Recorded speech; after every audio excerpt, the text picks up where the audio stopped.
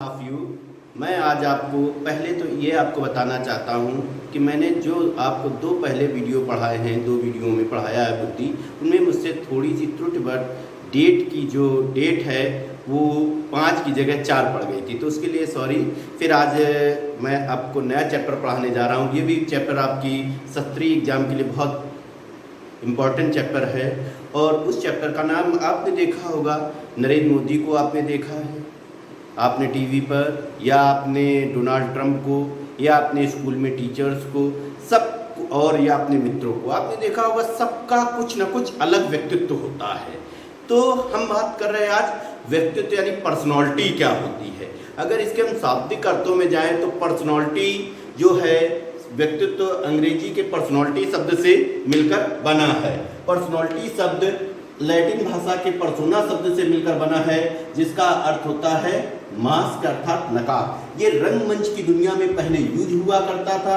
ये एक और रंगमंच की दुनिया में लोग नकाब या मुखौटा लगाकर किसी के क्या कहते दूसरे रूप को दिखाते थे। तो इस तरह से अगर हम शाब्दिक अर्थ में लेते हैं तो व्यक्तित्व बाह्य दिखावे मात्र को इंगित करता है। बाह्य दिखावे यानी जो किसी का मुखौटा लगाकर उसका बाह्य रूप, वो शाब्दिक अर्थ में, ओनली शाब्दिक अर्थ में व्यक्तित्व क्या है, बाह्य दिखावे मात्र को इंगित करता है। इसीलिए इसके अगर हम शाब्दिक वर्ण में गए थे तो इसको अंग्रेजी के पर्सनालिटी शब्द से कहा था, जो लैटिन भाषा के पर्सोना शब्द से मिलकर बना था, जिसका अर्थ होता है मास्क या नकाब। अब इसके हम सामान्य अर्थ पर चलते हैं, जो चलते फिरते आपने सुना होगा। सामान्य अर्थ में व्यक्तित्व का अर्थ व्यक्ति के बाह्य रूप तथा उन गुणों से लगाते हैं जिनके द्वारा एक व्यक्ति दूसरे व्यक्ति को अपनी ओर आकर्षित करता है। यानी कि बाह्य रूप तथा उन गुणों से, यानी किसी का हमें चेहरा बहुत अच्छा लग सकता है, किसी की हमें क्या कहते हैं ईमानदारी, सत्यता या कोई ऐसा गुण जिसके द्वारा हम उसकी तरफ अट्रैक्ट होने लगते हैं। जैसे कोई कहता वो सलमान खान की बॉडी क्या है, वो मोदी क्या स्पीच बोलता है। यानी कि सामान्य अर्थ में व्यक्तित्व व्यक्ति के बाह्य रूप तथा उन गुणों से लगाते हैं जिसके द्वारा एक व्यक्ति दूसरे व्यक्ति को अपनी ओर आकर्षित करता है।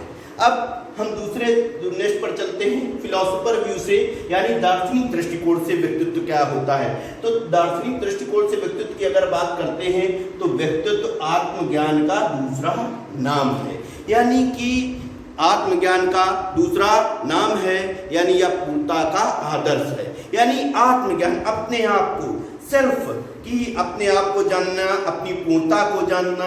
जैसे विवेकानंद कहते हैं अंतर्निहित पूर्णता को व्यक्त करना ही शिक्षा है। उसी तरह से अपने आप को जान लेना, अपने सर्वस्व को जान लेना, अपनी पूर्णता को जान लेना है क्या है, व्यक्तित्व है। अगर हम सामाजिक दृष्टिकोण से लेते हैं, सामाजिक दृष्टिकोण में अगर हम जाते हैं तो व्यक्तित्व उन सब बातों का संगठन है। व्यक्तित्व क्या है, उन सब बातों का संगठन है जिसके द्वारा एक व्यक्ति को समाज में कोई स्थान प्राप्त होता है। कि उसको समाज में कौन सा स्थान प्राप्त है, झूठे का प्राप्त है, ईमानदार का प्राप्त है, कर्तव्यनिष्ठ का प्राप्त है, सत्यता का प्राप्त है। यानी उसको समाज में कौन सा स्थान। व्यक्तित्व के मनोवैज्ञानिक अर्थ पर बात करते हैं। मनोवैज्ञानिक अर्थ पर यानी कि व्यक्ति की जितनी भी आंतरिक यानी उसके अंदर और बाह्य विशेषताओं, यानी जो भी उसकी क्वालिटी है या मेरिट है, विलक्षणताओं का समन्वित व संगठित रूप क्या कहलाता है, व्यक्तित्व कहलाता है। इसीलिए अगर हम इसको अगर बात करते हैं तो व्यक्ति के अंदर जितनी भी, यानी चाहे उसकी इंटरनल है या उसकी बाह्य, अलग अलग आप नहीं कर सकते हो, उसके कुल मिलाकर कह सकते हो उसकी बाह्य और आंतरिक जितनी भी विशेषताएं या विलक्षणताएं हैं, क्वालिटी हैं, उन सबका समन्वित व संगठित रूप क्या कहलाता है, व्यक्तित्व कहलाता है। अब हम इनकी डिफिनीशन पे आते हैं, जो इनकी परिभाषाएं बहुत इंपॉर्टेंट परिभाषाएं हैं। तो इसकी सबसे पहले जो हमारी परिभाषा है आलपोर्ट महोदय की है। आलपोर्ट क्या कहता है, व्यक्तित्व व्यक्ति के मनोशारीरिक गुणों का वो गत्यात्मक संगठन है जो वातावरण के साथ अपूर्व समायोजन करता है। मैंने यहाँ पर डिफाइन भी किया है, इंग्लिश और हिंदी दोनों में किया है। Personality is the dynamic organization within the individual of those psychophysical system that determine adjustment to his environment, यानी व्यक्तित्व व्यक्ति के मनोशारीरिक गुणों का तथ्यात्मक संगठन है जो वातावरण के साथ अपूर्ण समायोजन स्थापित करता है। ये परिभाषा जो ऑलपोर्ट की है, इसके बिना अगर आप कोई परिभाषा है व्यक्तित्व का चैप्टर लिखते हो तो अमान्य सा हो जाता है। इसलिए ये परिभाषा बहुत ही इम्पोर्टेंट परिभाषा है। यहाँ तक कि आपके विभिन्न कंपटीशन के एग्जाम में ये परिभाषा आ चुकी है। इसलिए इस परिभाषा को मनोशारीरिक यानी मन और शरीर के वो गुण जो वातावरण के साथ, यानी कि वातावरण आपके बाहर जो भी परिवेश है, चाहे परिवार का हो, चाहे समाज का हो, चाहे स्कूल का हो, चाहे प्राकृतिक एनवायरनमेंट हो, उन सब जगह वो क्या कर लेता है, अपने आप को एडजस्ट कर लेता है। वही हमारी पर्सनालिटी है। अब दूसरी परिभाषा थी मन सबको जानते हो, मन चंचल होता है। मन अपने अपने तरीके से कार्य करने के लिए रहता है। उसमें विभिन्न प्रकार की रुचियाँ होती हैं, अभिरुचियाँ होती हैं, एटीट्यूड होता है। तो वहीं से हम मन की परिभाषा को बनाते हैं। जैसे व्यक्तित्व व्यक्ति के व्यवहार के तरीकों, रुचियों, अभिवृत्तियों, क्षमताओं तथा अभिरुचियों का सबसे विशिष्ट संगठन है। पर्सनैलिटी में be defined as the most characteristics integration of an individual structures, moods of behaviour, interest, attitude, capacities, abilities and aptitude. ये भी परिभाषा बहुत इंपॉर्टेंट है।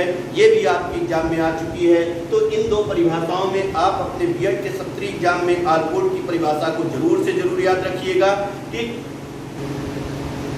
अब हम नेक्स्ट परिभाषा पर चलते हैं। वैलेंटाइन, इन्होंने कहा व्यक्तित्व जन्मजात व अर्जित प्रवृत्तियों का योग है।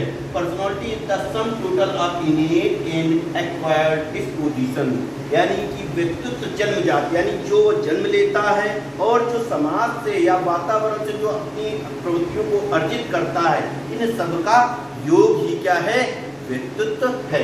फिर वहीं पर हमारे गुडवर्थ महोदय कहते हैं व्यक्तित्व व्यक्ति की संपूर्ण गुणात्मकता है, यानी personality is the entire qualityness of a person, यानी कि व्यक्तित्व व्यक्ति की संपूर्ण यानी कि टोटल जितना वो अपने आस पास पड़ोस जितनी भी उसकी क्वालिटी है, उस क्वालिटी की जो गुणात्मकता है उसको उसका टोटल क्या है, इन्होंने कहा है कि वो व्यक्तित्व है। यानी इस तरह से ये हम 4 परिभाषाएं रखते हैं। और भी बहुत सारी परिभाषाएं हैं, बोरिंग की है, डेसिल की है और भी क्या कहते हैं गिलफोर्ड की है। मगर ये 4 आपकी ऑलपोर्ट की, दूसरी मन की, वैलेंटाइन की और गुडवर्थ की, ये 4 परिभाषाएं आपके सत्रीय एग्जाम के लिए पर्याप्त हैं।